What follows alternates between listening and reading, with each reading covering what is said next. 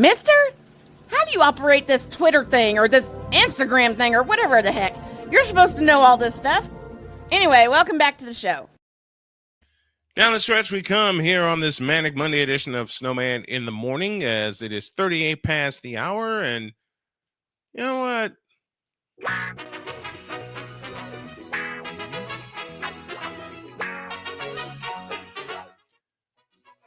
Since we're talking about games, how about some game shows that we want to come back? How about that? Oh, there's been a handful of them that have been revived. Hollywood Squares is making its third return. Yeah, and it's going to be on CBS in the daytime. No, they're actually moving it tonight. Oh, they are moving it to nighttime. Yeah. Okay. The theme you hear is that from Match Game. And I'm talking about the Gene Rayburn kind. Which is still aired on Game Show Network. Yes, it is. And Buzzer. What are you drinking? Just some water. Okay. That's what I have here. Yeah. I mean, I know I love to see like Press Your Luck come back more fluidly.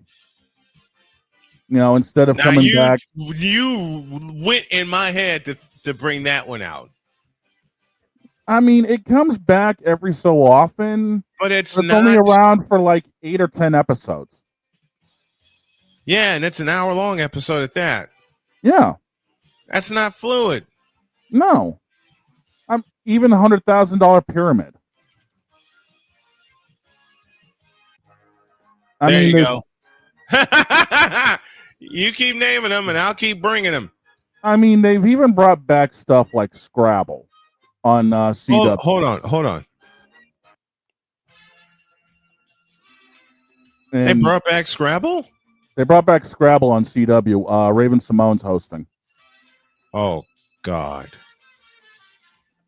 I do not have a word to say. Which leads to the perfect transition because we got somebody who has joined us. Oh, yeah, we do. Hit the button. Oh, you mean from North Carolina? Him?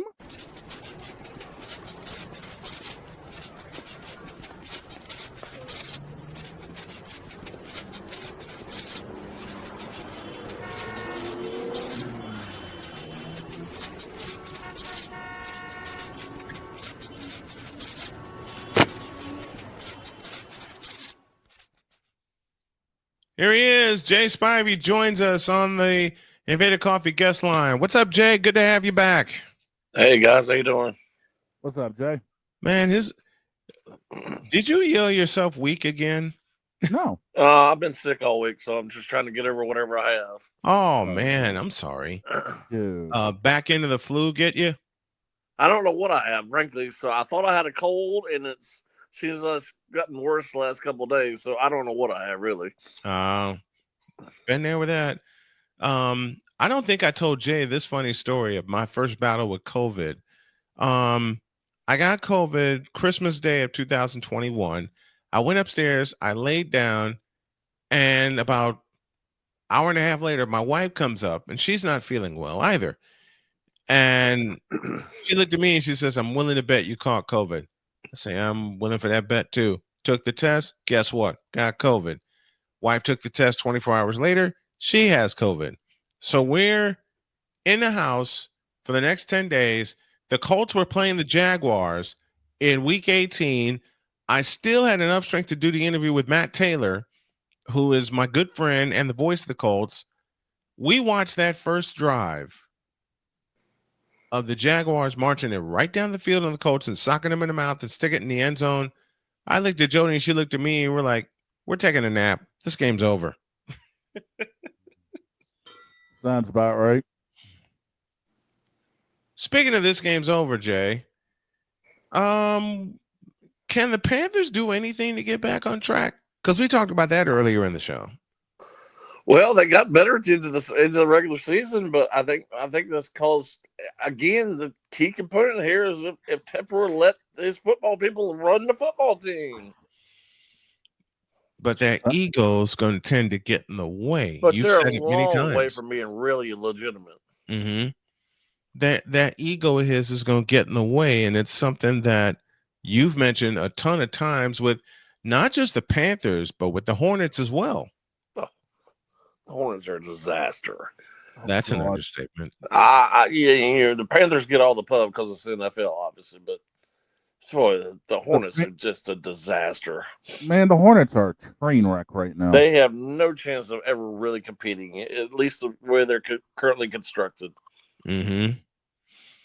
I don't believe they have a chance to compete either. They need to kind of go with I'm not saying this to this extent, but they need to kind of go with the same model that Oklahoma City's gone with, where you just draft, because that's the only way that you can compete. I've told y'all a million times that people don't want to listen to this, but free agents are not coming to Charlotte. They're not coming to Oklahoma City either. No, they're not. No, they're not. So you got to go with the model that these smaller market teams have, and build through the draft. And they're not doing that because they always draft in the middle of the first round. And LaMelo Ball, oh goodness, is he actually an all-star this year? Well, he wasn't, but he shouldn't be either. He shouldn't be. They haven't announced. Why are people voting for him when his basketball game, well, let's say it frankly, sucks? Name recognition. That's the only reason LaMelo actually matters in this at all. The whole team sucks. The whole league sucks. The whole league. Oh gosh, the quality of basketball is terrible, beyond terrible. And you wonder why the ratings are down. The quality is terrible.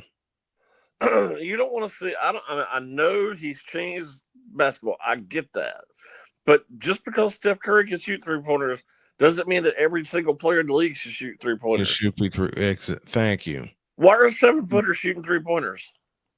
I haven't seen this many threes. I haven't seen this many threes jacked up in a league since the last 2K tournament I watched. Let me tell you a stat that I saw in one of the games, and Jay brought this to my attention in the conversation.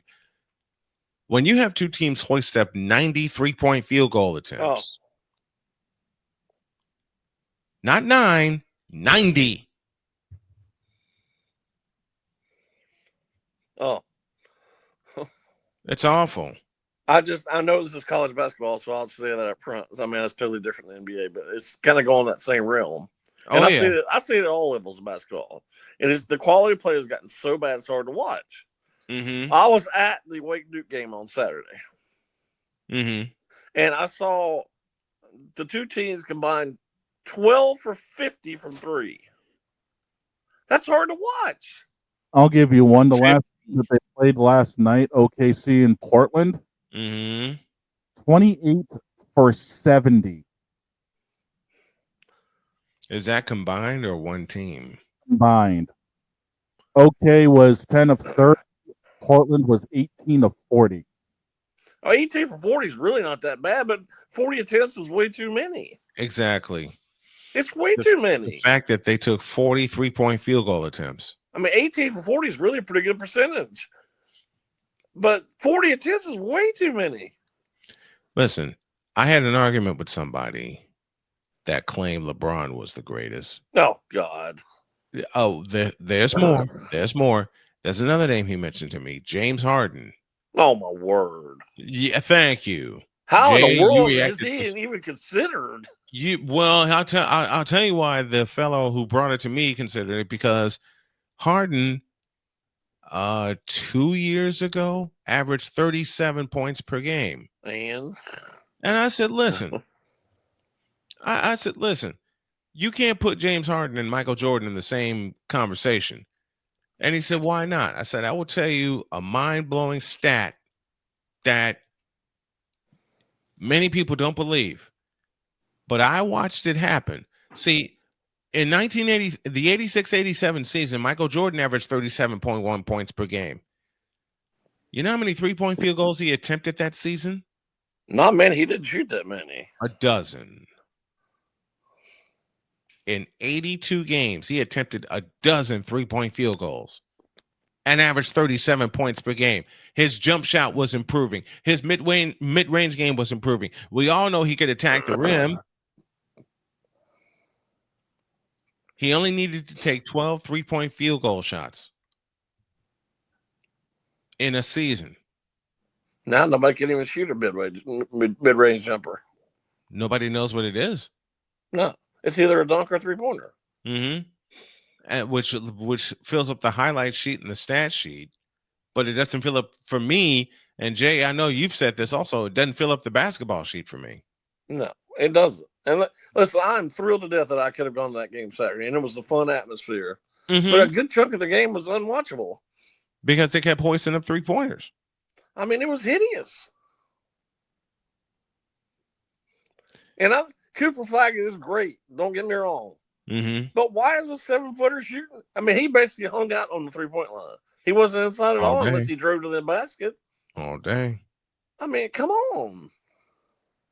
He never gets to the basket. And yet teams are going to be drooling all over him. Oh, he'll easily be the number one pick. Teams are going to be drooling. These teams are going to be drooling all over him. And with him being the projected number one pick, who gets him? Well, they're all tanking for him, but I mean, it doesn't matter unless you win the lottery. Mm-hmm. Because the tanking rule was exposed by one David Stern when he blamed the Houston Rockets for tanking in 83, 84. And I guarantee it won't be the Hornets. No, it won't be they don't know how. They don't, please. They don't know how. They'll rig it so the Hornets will never win the lottery. Which brings the ultimate what if into the conversation. What if one day, one sad, crazy day, they did win the NBA lottery? Oh, dear and wanted God. to be the number one That pick. would be the year that there's nobody worth drafting. I mean, that's going to happen. That's like this year. Yep.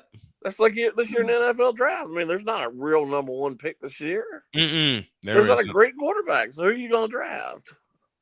Well, you know who's at the top of the pile for the NFL to draft first? Shedeur Sanders. That's who I draft.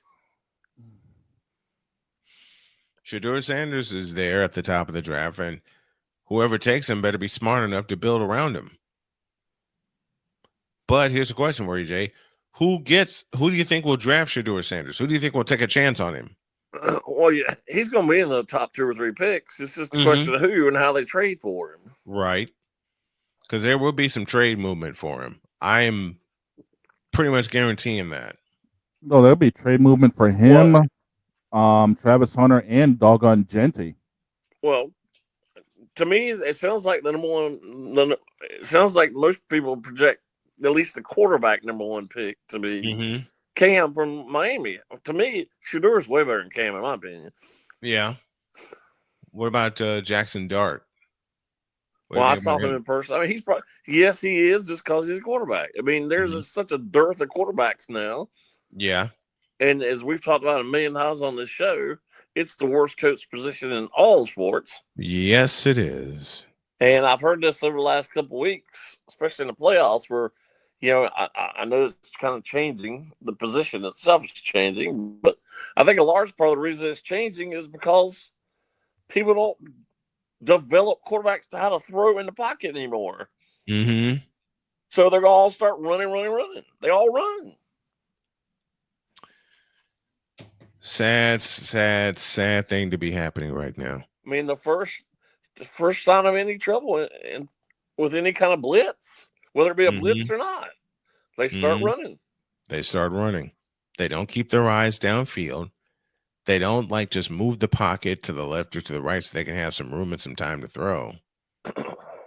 They don't move up in the pocket. They don't move to the side of the pocket. They just start running. They just start running. And we've seen that a lot lately in the NFL.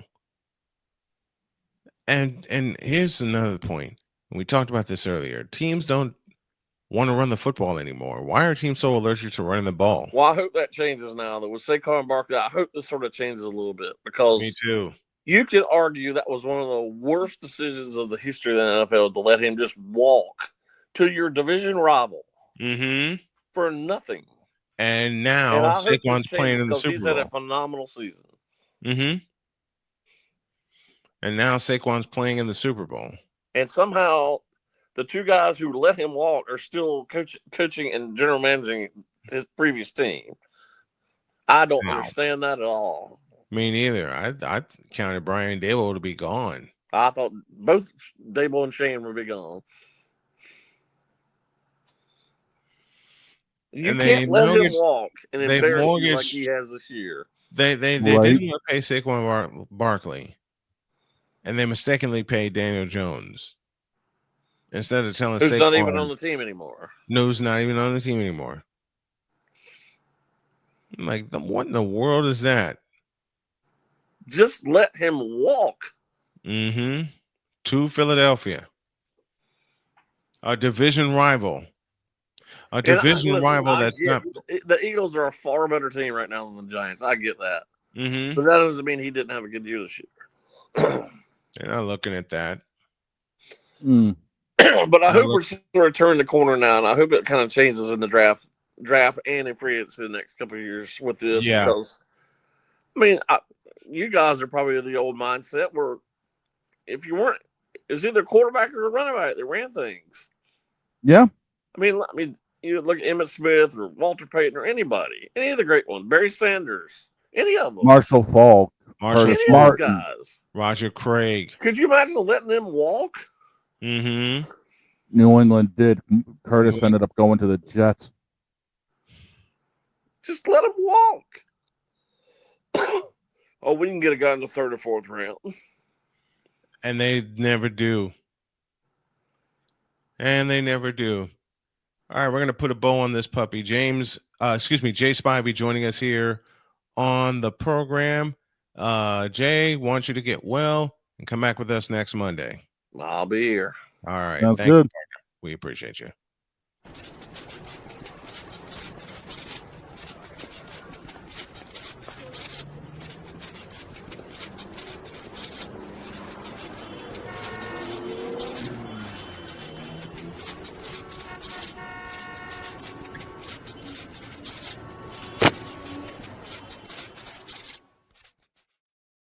That's it, and that's all. Have a great day. God bless. Remember to make your next move your best move, and always remember, if your dreams don't scare you, they are simply not big enough. Dream big, do bigger. We are, and we hope y'all are too. So long, everybody.